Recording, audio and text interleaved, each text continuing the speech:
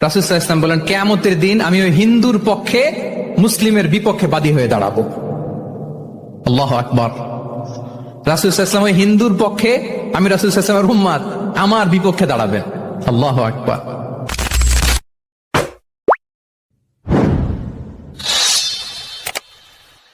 ইসলাম আমাদেরকে কমিউনাল হারমোনির কথা বলে, সাম্প্রদায়িক সম্প্রীতি।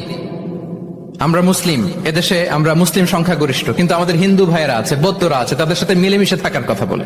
এবং রাসূল সাল্লাল্লাহু আলাইহি ওয়াসাল্লাম তো মদিনাতে যে তাই করেছেন, মদিনা চার্টার করেছেন। জুইশরা ছিল, পেগানরা ছিল, মুসলিমরা ছিল, সবাইকে নিয়ে তিনি মদিনা চার্টার করেছেন।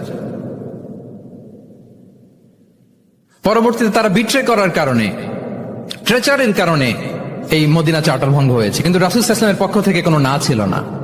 তাহলে এই যে পরমত সহিষ্ণুতা, রিলিজিয়াস কোএক্সিস্টেন্স, ধর্মীয় সহাবস্থান, এটার কথা ইসলাম আমাদেরকে বলে। এবং কতটা জোরালো ভাবে বলে আপনি অবাক হবেন।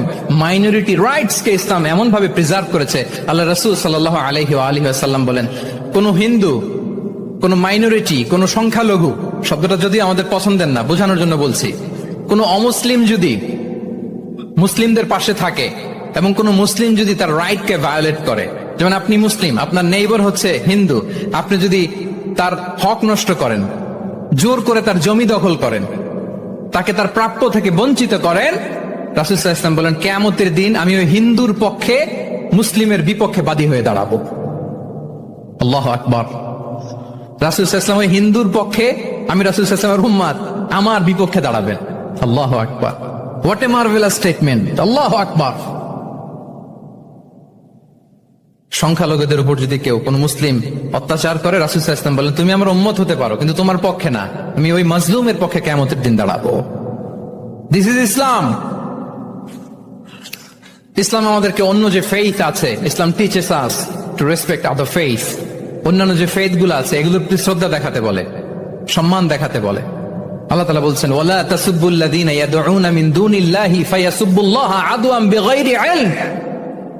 ওহে বিশ্বাসীরা, আল্লাহকে ছাড়া তারা যাদেরকে ডাকে, যাদের উপাসনা করে, ওই সমস্ত দেব দেবীকে তোমরা গালি দিও না।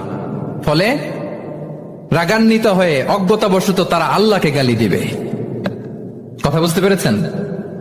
ওরা নানা কিছুর উপাসনা করে, কিন্তু আমরা কি যেসব জিনিসের তারা উপাসনা করে তাদেরকে গালি দিতে পারবো বলেন? আল্লাহ স্পষ্ট করে বলেছেন, খবরদার তাদের দেবতাদের গালি দিও না, তাহলে ওরা আল্লাহকে গালি দিবে। তাহলে কেমন যেন আল্লাহকে গালি খাওয়ানোর কারণ হলাম কে? আমি। কেউ যদি অন্য ধর্মকে ছোট করে, সে মূলত ইসলামকে ছোট করে। আই রিপিট, আমি আবার